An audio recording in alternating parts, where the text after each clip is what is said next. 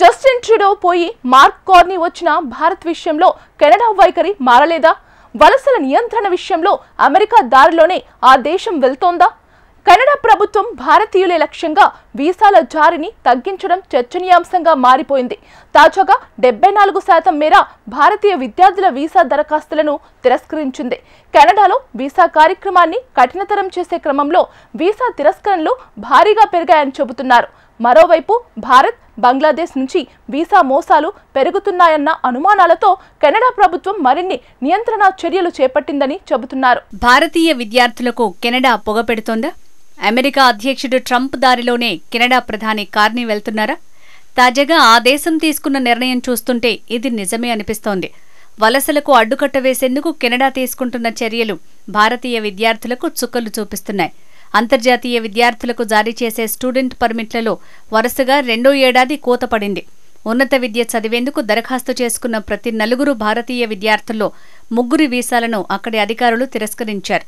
ఈ ఏడాది ఆగస్టు నెలలో భారతీయ విద్యార్థుల వీసా దరఖాస్తుల్లో ఏకంగా 74% తిరస్కరణకు గురైనట్టు ప్రభుత్వ గణాంకాల్లో తాజాగా వెల్లడైంది.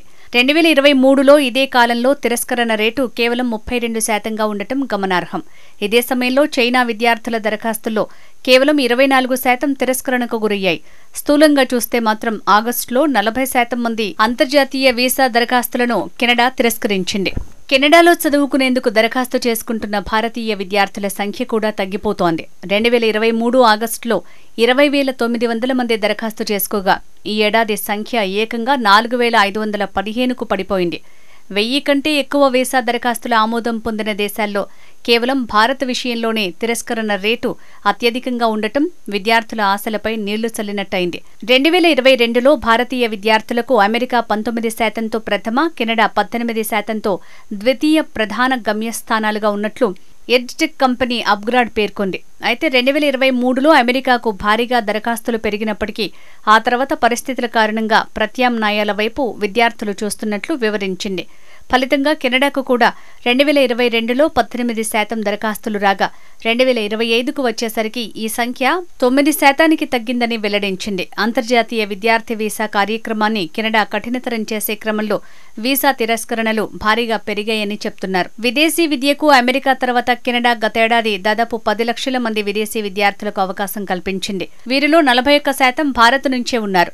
తర్వాతి స్థానాల్లో చైనా, వియత్నాం ఉన్నాయి. విదేశీ విద్యార్థులకు అడ్మిషన్ ఇచ్చినట్టు కెనడాలోని విద్యాసంస్థలు ఈ లెటర్ ఆఫ్ ఎక్స్పెక్టెన్స్ని జారీ చేస్తాయి. ఇది ఉంటేనే విద్యార్థి వీసా మంజూరవుతుంది. అయితే వీసా దరఖాస్తుల్లో మోసాలపై ఉక్కుపాదం మోపుతుండటంతో తిరస్కరణ రేటు పెరిగిందంటున్నారు.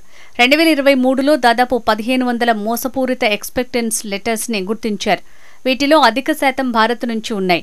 ఇక గతేడాది తనిఖీలను మరింత కట్టుదిట్టం చేయటంతో 14,000 లెటర్ ఆఫ్ ఎక్స్పెక్టెన్సీల్లో మోసాలు జరిగినట్టు వెలుగులోకి వచ్చింది. కాగా భారతీయుల తిరస్కరణ రేటు ఎక్కువగా ఉండటంపై కెనడా ప్రభుత్వం స్పందించింది. భారత స్టూడెంట్స్ ప్రతిభావంతులని, కెనడాకు వారి వల్ల ఎంతో లాభం కలిగిందని తెలిపింది. అయితే వీసా జారీ అంశం కెనడా ప్రభుత్వ అధికారమని స్పష్టం చేసింది. భారత్, కెనడాల మధ్య ఉద్రిక్తతలు తగ్గించేందుకు ప్రయత్నాలు జరుగుతున్న నేపథ్యంలో వీసా తిరస్కరణ ప్రాధాన్యత సంతరించుకుంది. 2023లో ఖలిస్తానీ మద్దతుదారు నిజ్జర్ హత్య ఇరు దేశాల మధ్య దౌత్య ఉద్రిక్తతలకు దారితీసిన విషయం తెలిసిందే. కాగా భారీ స్థాయిలో విద్యార్థి వీసాల దరఖాస్తులను కెనడా తిరస్కరించడానికి అక్కడి స్థానిక పరిస్థితులే కారణమని ఇమ్మిగ్రేషన్ నిపుణులు అంచనా వేస్తున్నారు. నివాస కొరత, మౌలిక సదుపాయాల కల్పన ఇబ్బందిగా మారటం, స్థానిక ఖర్చులు విద్యార్థులు భరించగలరా అన్న విషయాలపై ఆందోళనల నేపథ్యంలోనే కెనడా ఈ చర్యలు తీసుకుంటున్నట్లు చెప్తున్నారు. ఈ పరిణామంతో విదేశీ విద్యార్థుల ట్యూషన్ ఫీజులపైనే ఆధారపడి నడుస్తున్న కెనడాలోని విశ్వవిద్యాలయాలు, కాలేజీల పరిస్థితి ప్రశ్నార్థకంగా మారింది. ఈ క్రమంలోనే కొన్నింటిని పెద్ద యూనివర్సిటీల్లో విలీనం చేస్తుండగా మరికొన్ని మూసివేత ముప్పును ఎదుర్కొంటున్నాయి. ఇదిలా ఉంటే అమెరికా, కెనడాలకు ప్రత్యామ్నాయం చూస్తున్న భారతీయ విద్యార్థులు జర్మనీ వైపు మొగ్గు చూపుతున్నట్టు ఇటీవల మరో నివేదికలో వెల్లడైంది. జర్మనీ ఆర్థిక వ్యవస్థ బలంగా ఉండటంతో పాటు అక్కడి యూనివర్సిటీలు, కాలేజీలకు సరిపడా ప్రభుత్వ నిధులు అందుతున్నాయి. విదేశీ విద్యార్థుల అడ్మిషన్లకు జర్మనీ సర్కార్ ప్రోత్సాహాన్ని అందిస్తోంది. ఇంగ్లీషు వచ్చిన భారతీయ విద్యార్థులకు సులభంగా ప్రవేశాలు కల్పిస్తున్నారు. ఫలితంగా గత 5 సంవత్సరాల్లో జర్మనీ విద్యా సంస్థల్లో భారతీయ విద్యార్థుల అడ్మిషన్లు రెట్టింపయ్యాయి.